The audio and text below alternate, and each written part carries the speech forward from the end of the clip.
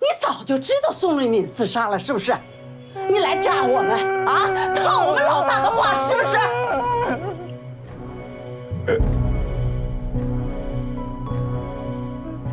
是。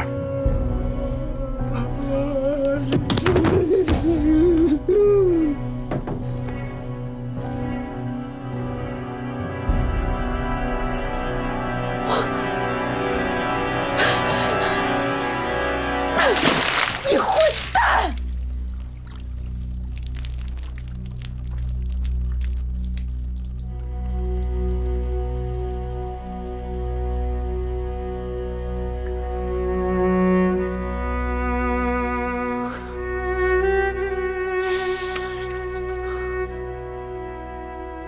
当年我爱人出事的时候，我比他还惨。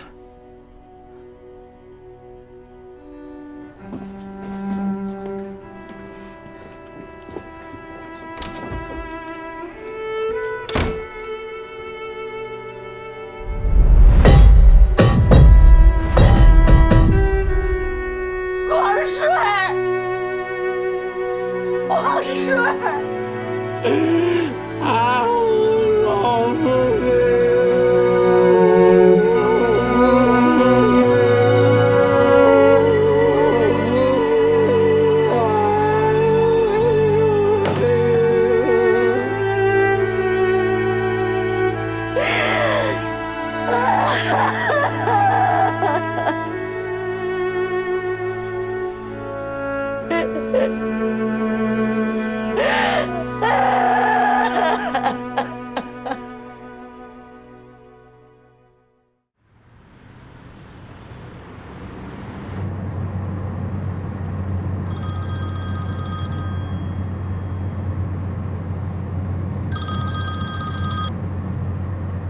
喂，宋立敏，全部都说了没有？这个一会儿再说吧。还有什么事儿？有。我一直认为沈广顺买彩票的事情有蹊跷，所以我仔细查了09年海平旅游彩票的开奖时间，发现9月27日是开奖日期，而我妈遇害的日子是9月28号，沈广顺去买彩票的日子也是9月28号。我早就查过了，当年的旅游彩票每周日开一次奖。沈广顺是28号去买的彩票，那一天是周一，他29号去领的奖，这说明他只是去买了一张在27号开过奖的彩票，这基本上可以坐实宋立敏是拿了一张已经获奖的彩票，卖给了沈广顺，这就是证据确凿的行贿，或者是买凶杀人。太好了，有了这个证据，宋立敏抵赖不了了，沈广顺也抵赖不了了。没错。那你倒是跟我说说，这宋立敏全部都说了没有啊？他死了。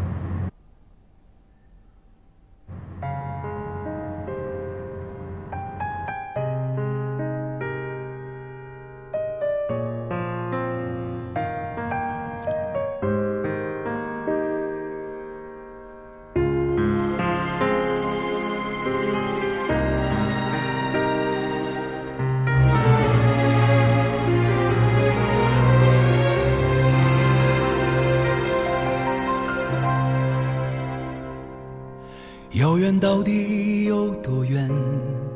可曾有你陪伴？艰难到底有多难？选择一起承担，哪怕还要坚持多少时间，默默呼唤无需多言。既然留不出时间，怕自己走太远，只能坚持最初的信念。那些美好的瞬间还在脑海里浮现，选择一个人抵挡全世界。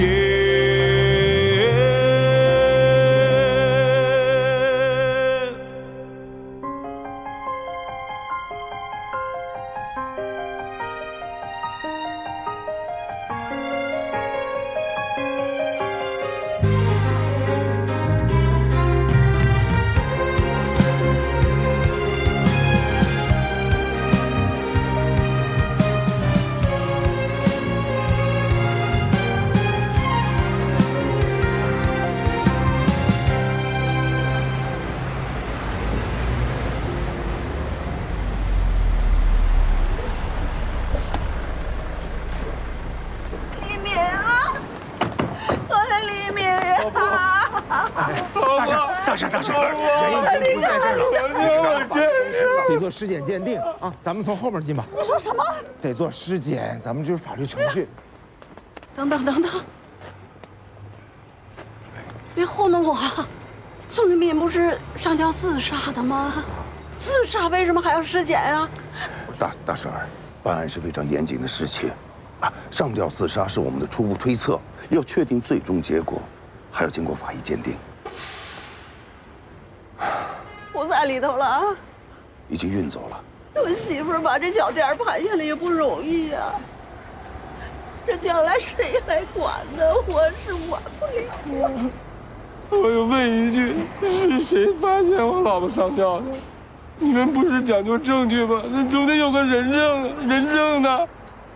是冯森，冯组长，当时敲门时候门没开，然后他就绕后面进去。又是冯森，我就跟他说别来找黎明，别来找黎明，他每次来找他都没安好心。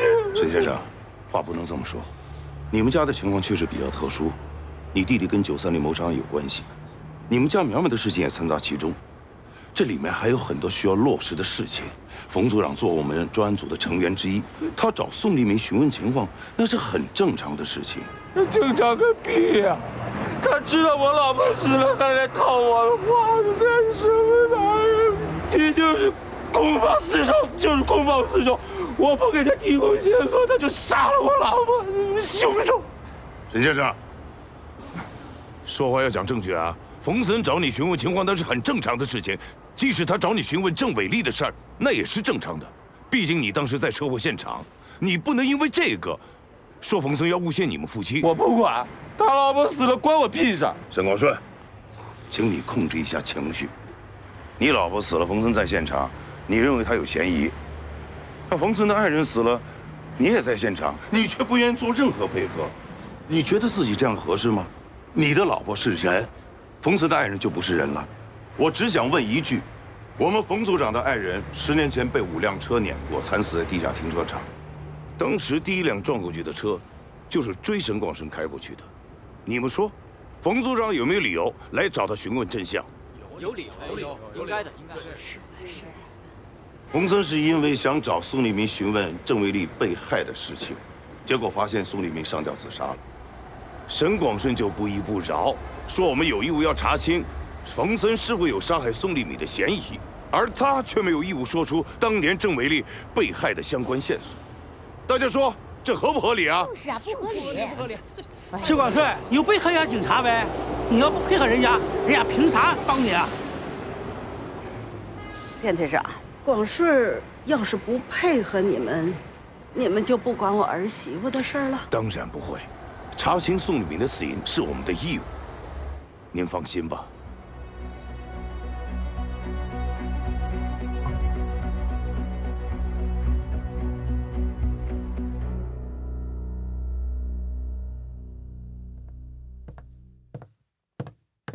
领导来了，请熊副检察长谈话。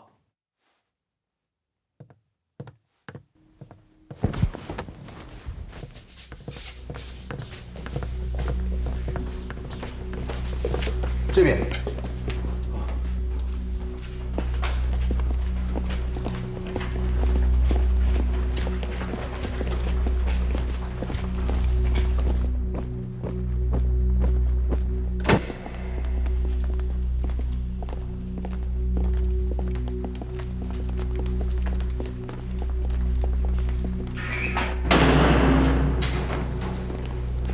米振东，够意思。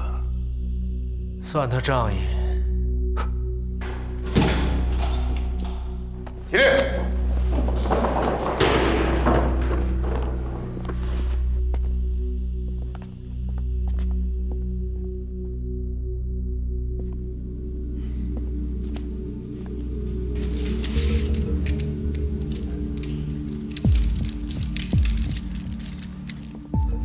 米振东归队了，大家帮忙照顾一点，他身体还没有完全恢复好。是，刘警官。米振东身体受伤是怎么回事？我们心里都有数。你们谁干的？我们心里都有数。我告诉你们，再出这种事，我和郑警官绝不会轻饶。是，刘警官。集合看新闻，快点！刘警官，我就不看了，休息休息。班长到，包夹对象，看着米振东。是，快点！马国远、沈广军，你们两个和米振东是一个包夹小组，你们两个留下吧。是。其他人集合。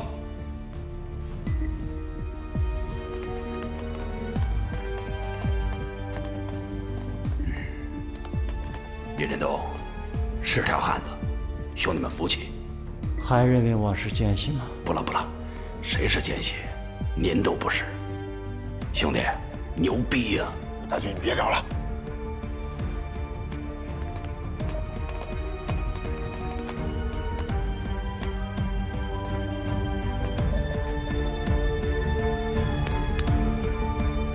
铁步走。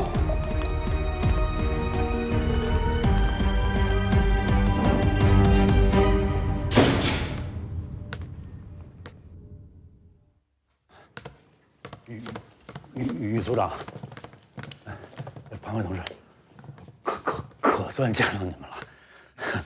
少峰同志啊，请坐吧。哎，好，您请。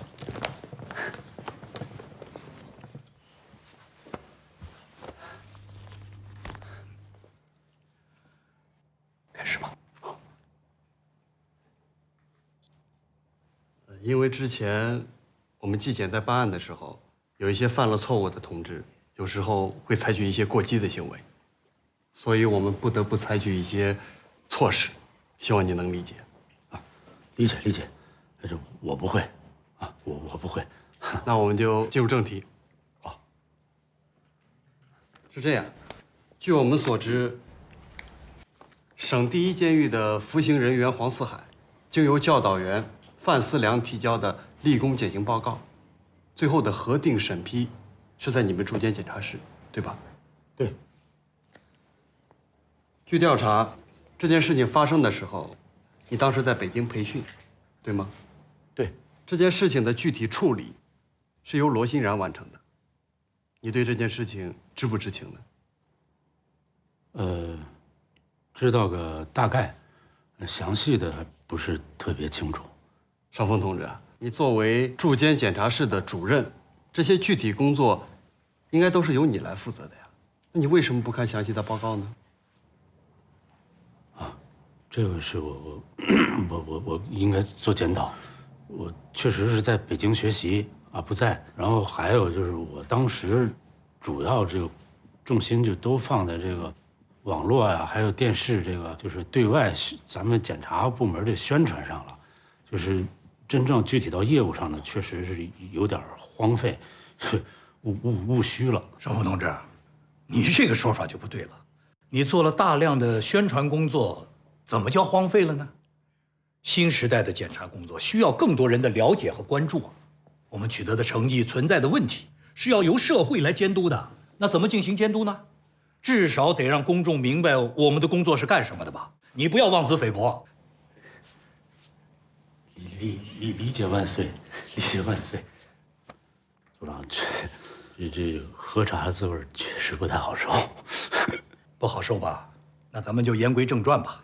刚才小庞都说了，下面有2件事情需要你做出解释啊。第一，黄四海减刑一事究竟有没有作假？你有没有参与其中啊？第二，你与黄四海的父亲黄宇红之间到底有没有什么关联？不管是直接的还是间接的，这2个问题呢，你先回去好好想一想，我们找时间再谈。这个不用想，我现在就可以谈。真的就不用想了吗？我还是给你个提示吧，黄四海当时减刑手续的监督程序，可是由你负责的，由你主管的驻监检察室刚给黄四海减了刑，而你从黄四海父亲黄宇红波动网的账户里得到了1000万元人民币啊！这2者之间，难道真的没有任何关联？少峰同志，咱们最好把问题想清楚了，想透彻了再说。我这不用想，我想什么那些全都是假的。黄四海减刑是罗欣然同志亲自办的，那网络视频上那广告费，我不知道，而且我不知道怎么他就转到我的账户上了，这完全是我不清楚啊这事儿。就这些啊？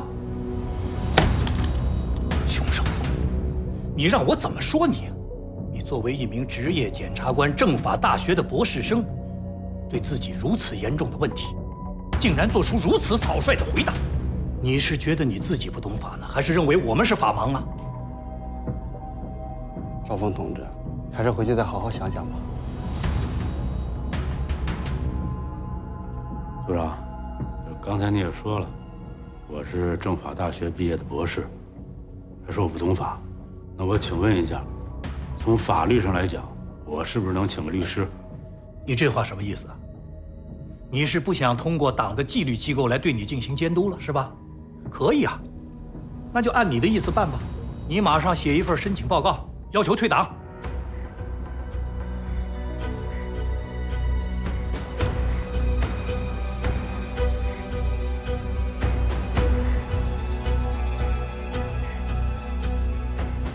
怎么，不愿意退了？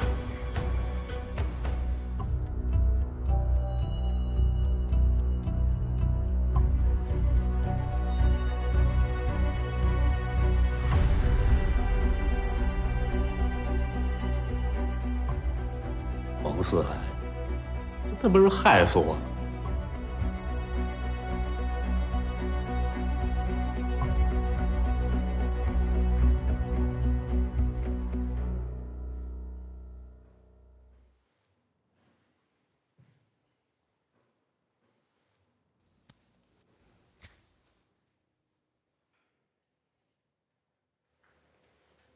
沈广军，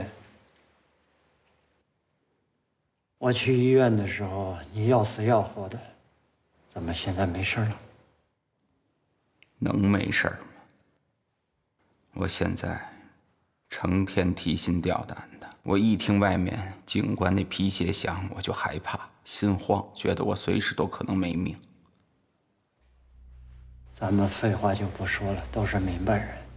你是不是把骗保的事情都交代了？你怎么知道的？你杀了徐大发，徐大发是长期利用运输公司骗保的家伙。你要是保险调查员，怎么会跟骗保没关系呢？用脚想想都能想明白。你别跟我说那么多没用的，我就问你，你怎么知道徐大发的事儿的？世上没有不透风的墙，现在监狱里的人都在议论你，只是大家不想告诉你罢了。而且我还知道，冯森已经把你逼得走投无路，你想活命，把什么都秃噜了。我没办法，我真没办法。你把你妈也扯进来了？我怎么会把我妈扯进来呢？这事跟我妈又有什么关系啊？我妈这一辈子挺不容易的，老了，为了我的事东奔西跑的，命都不要了，我挺对不起她的。那你也不应该把你哥沈广顺扯进来。我没出卖他，930杀人案跟他没关系。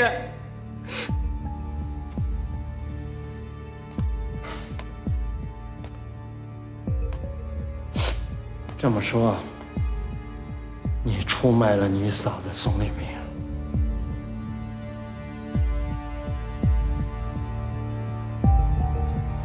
你出卖一个女人，沈广军，你不是人。我们家的事儿你他妈少管！我们家的事儿跟你有什么关系啊？我嫂子宋丽萍跟你有什么关系啊？用不着你在这说三道四的，管好你的事儿！你信不信我让你死在这儿，连个骨头渣都找不着？本来我在这活着就没什么意思了，跟死了也没什么区别。你要弄死我，你弄吧，你现在就弄死我。你当我愿意出卖我嫂子呢？我也不愿意，我是没办法了。你们都要弄死我，反正我在这儿，人不人鬼不鬼的，所有人都要弄死我。你弄死我吧，正好你弄死我，你就是那个垫背的。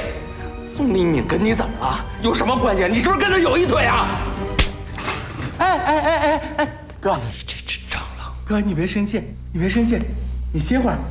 沈广军，你怎么说你嫂子的啊？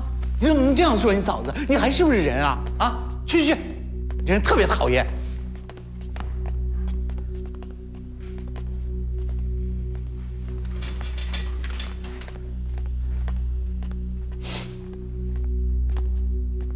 哥，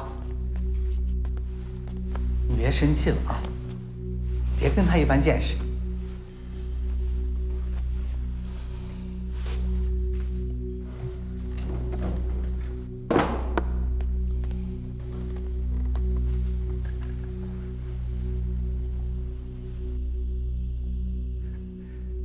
哥，你可牛了，你怎么什么都知道呢？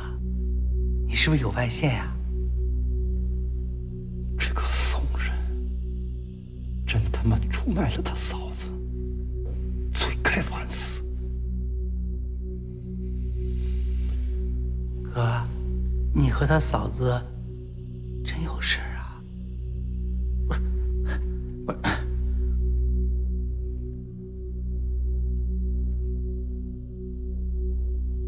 哥，您瘦了呀？是消肿了。可你知道吗？监狱里的人啊，都说你是个人物，连黄四海啊，对你都心服口服的。他偷偷的告诉我，说是你有个女粉丝在监狱边上开了一个海鲜店。什么？怎么了？完全是胡闹。这有什么胡闹的？哥，你想想看，如果我有这么一个粉丝，我这辈子啊就没白活。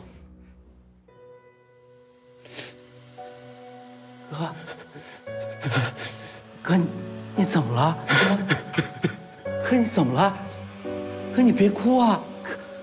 哥，我这第一次看到你哭，哥。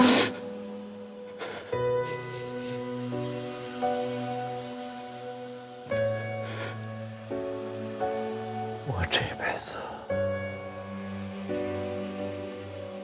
最对不起的人，他出现了。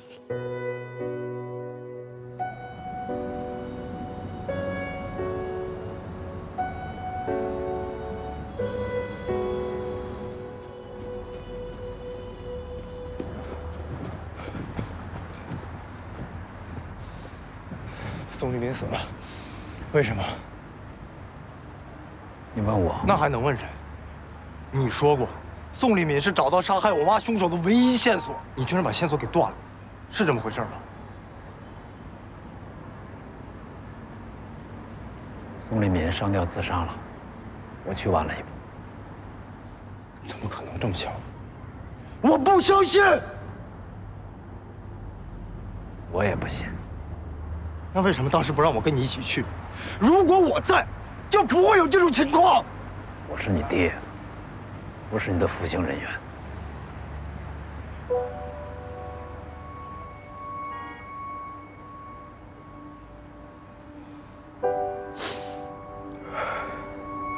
我以为这次我妈仇就能报了，谁知道？谢谢。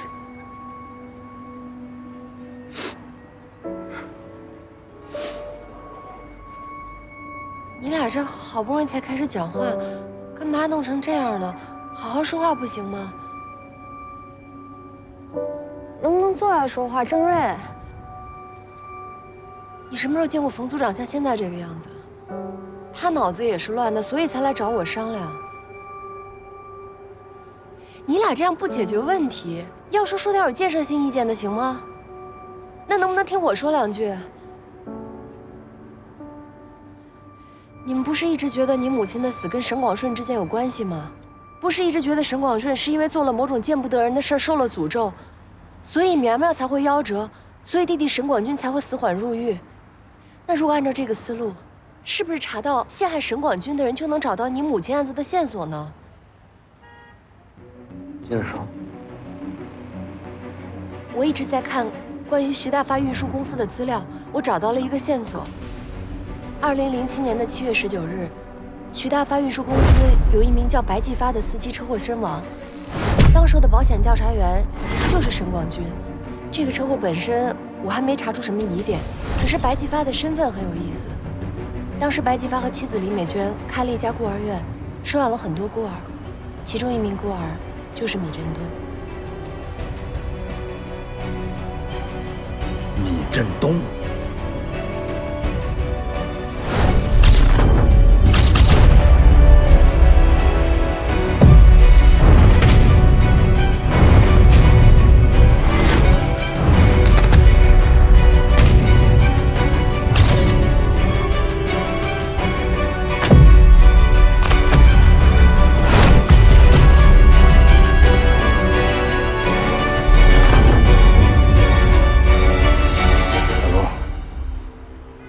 提供的这些线索非常重要，它打通了所有的逻辑，让我茅塞顿开。我只是凭直觉觉得米振东跟这个案子有联系，而且我一直觉得他的行为很奇怪。周瑞，你觉得呢？是，他一直在我分管的监区里面，他是唯一一个谁也不讨好，谁也不害怕，能不能考核积分，有没有奖励，能不能减刑，他也根本不在乎。他真的是唯一一个按照自己想法生活的人，这就是这种人的可怕之处。按道理，一个人在监狱里边是很难坚持自己个性的，可是这个米振东一直坚持着。包括我们上次查纸刀的事情，虽然这个东西是谁发明的，我们没有查出来，可是这件事情有了一个可怕的延续。曾经在米振东的背上被人用纸刀剌了10几刀，伤口密密麻麻，可怕至极。可是这个米振东被纸刀剌了之后，一直忍着，该干嘛干嘛，直到伤口发炎、流脓、发高烧，他也一直不去医院，完全自己扛。米振东是晕倒后才送往医疗室发现伤口，不是被人发现伤口再强迫治疗。可是这一消炎、一退烧，他马上又要回来，并且他绝不说出是谁伤了他。就因为这件事情，米振东在2班树立了极高的威信，现在谁都怕他，也没有人再怀疑他是奸细。就连黄四海、胡大军这些人都非常买他的账，甚至拿他当哥们儿一样看待，还尽量拉拢他。我跟小罗去过他的施工队，他在那儿供了一个1人多高的关公像，他的书架上也摆满了像《七侠五义》之类的书。他犯的事儿也跟别人不一样，他盗窃不是为了别的，他偷的是一个金融大骗子的钱，他认为这是光荣的，他认为这是劫富济贫，所以他在2班受到尊重，是意料之中的。米振东这种人，身上有古代侠客的风格，但他的思维方式违背了现代文明。冯组长，你觉得米振东在930谋杀案中到底是个什么角色？以他的个性，他非常像为他养父白继发报仇的那种人。如果说徐大发和沈广军联手害死了白继发，米振东深冤无门，他很可能会搞地下审判，决定自己去报仇。还有，还有什么？我第一次有这种感觉，我甚至不敢说下去，我甚至不敢往下说我的推断。我一直都很相信你的判断。郑瑞，鼓励一下。请你说出来吧，米振东再怎么厉害，再怎么可怕，他不也在我手底下关着？等我说完，你就不会认为他关在你手下是好事了。12年前，徐大发和沈广军联手害死了他的养父白继发。10年前，我和黄宇红联手害死了他的养母李美娟。害死？我说的这个害死，是打了引号的。10年前，我在玻璃县检察院公诉科工作，当时黄宇红负责老城区的拆迁工作。院长，政府承诺了，我们福利院愿意接手这帮孩子，我们会给他们一个美好的未来，会给他一个安稳的家。李院长，就算我求你了，好不好？你私办孤儿院，这是违法的。国家有明确规定，社会组织和个人要收养孤儿和弃婴时，必须要报民政的主管业务部门统一审核批准，同时还要签署认养协议书。这些手续您都有吗？我是没有这些乱七八糟的东西，你们不是不知道。这么多年，我收养了多少孤儿？今天就凭你一句话，我就违法了。我违的是哪家的法？李院长，再怎么着，你也不能拿这些孩子来占这块地呀！谁不知道啊？这是一块荒地，没人要的荒地呀！我们凭着我们这2只手，一块砖一块瓦的收拾出来的。就算是你收拾出来的，但是也是违法建筑啊！你说对不对？全部按照相应的补偿标准给你补偿，周边的这些住户都是按照这个标准，唯独你不同意，你凭什么要双倍的补偿啊？指标不透明，指标不透明，谁知道你给他们多少钱呢？我不信你，我不相信你。李大姐，你再这么闹下去，我的公司就要破产了。我就算求你了，行不行啊？我也求求你了，你再这么闹下去，我们就无家可归了。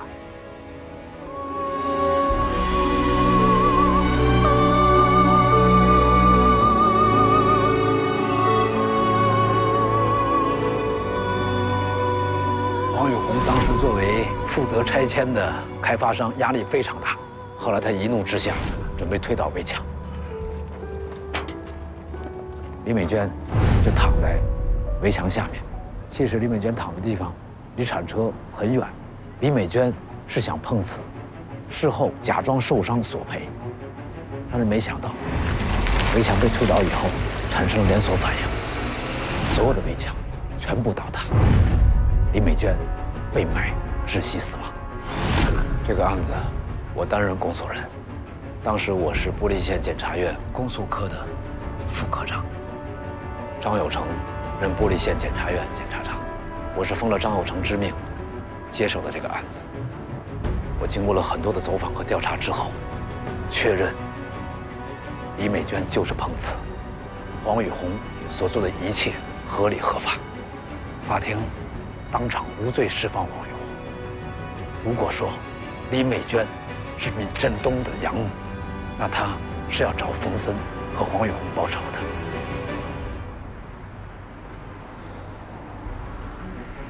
通了，全都通了。现在我全都想通了，这一切很有可能都是他设计好的妙计。他把所有人引进了这个圈套里面。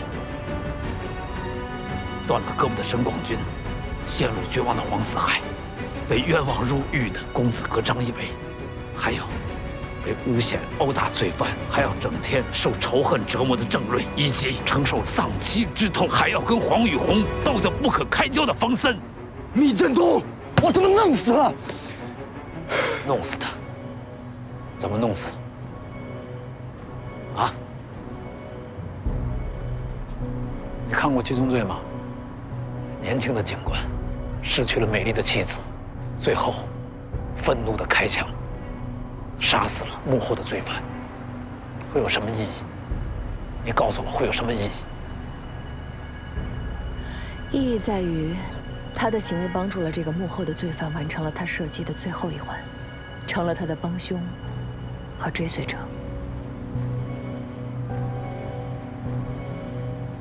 郑瑞，我们没有证据。如果你冲动行事，你就是另一个闵振东。虽然快意恩仇，但是与当时的法律所不容，我们不可能开历史倒车。我们不能再回到那个江湖仇杀的年代，懂吗？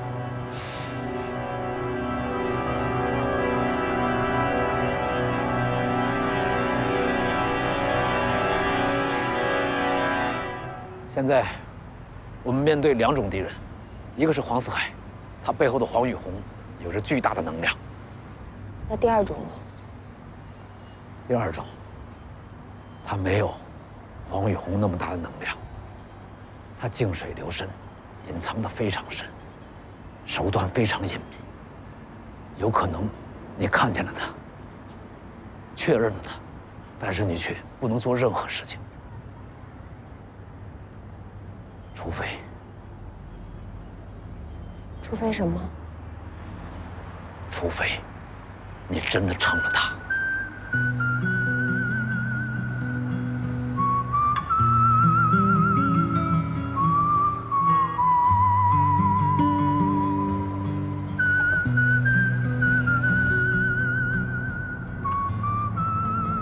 回成州监狱吗？去提审闵振东吗？对，回成州监狱，但是现在还不能提审闵振东。回到成州监狱，你要先去做一件事儿，去找一个专业的相机，然后想办法去拍一下闵振东2只手的大拇指的指甲盖，然后传给编队，让技术支队去鉴定。鉴定什么？沈广军的手机里面有一段93年谋杀案现场的视频。这段视频是有人用沈广军的手机翻拍的。这个拿手机的人，他的大拇指的指甲盖也被拍进去了。这个人就是930谋杀案现场的第4个人，也可能是谋杀徐大发和嫁祸沈广军的人。我明白了。闵振东，应该就是小树林中的第4人。不能是应该，要去确认。之所以技术鉴定，就是要确认闵振东是不是930谋杀案现场的第4人。可是据我了解，指甲的纹路和指纹可不一样。成年人1周能长1.5毫米，10周之内就能完全更换一轮。930谋杀案已经是2年前了。这指甲都长了10多茬了，还能作为证据吗？况且法律上也并没有用这个作为证据的先例。现在我们生物特征技术研究已经很发达了，包括人脸识别、指纹识别、掌纹识别、视网膜识别、虹膜识别、语音识别，还有体型识别、敲击键盘识别，还有签字识别等等，还有大拇指指甲盖的纹路。和大拇指、手指旁边皮肤的纹路，以及毛孔分布等等等等，足够鉴定用了啊！小瑞，你掌握的理论已经跟不上形势了。好，我回去马上就办。还有，要小心闵振东，他设计了那么多可怕的阴谋。他断了一切念想，显然是做好了一切准备。你给他拍照的时候一定要小心，不能出现任何纰漏。我会小心的，他不会认为我们要干什么的。我会以一个很普通的理由叫他去办公室，他不会感觉到什么意外的。不要掉以轻心。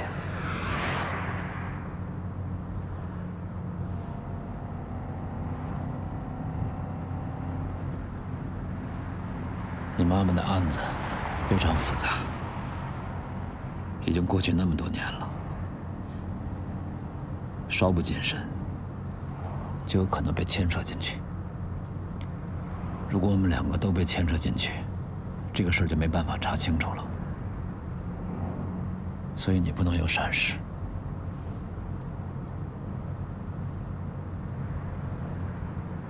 宋立敏的事儿，多则2天。少则1天，我就有可能失去自由了。宋立敏，真的是你？不要问那么多。你也是执法人员，如果你知道什么不上报的话，是包庇，是犯罪，你懂吗？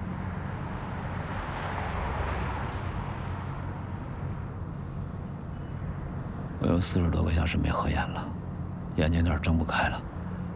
我睡一会儿啊，2个小时以后你叫我，2个小时估计技术支队鉴定结果应该出来了，啊，记住啊，2个小时叫醒我。等我睡醒了，我有精力去提审闵振东的时候，才不会那么被动。2个小时叫醒我，别忘了。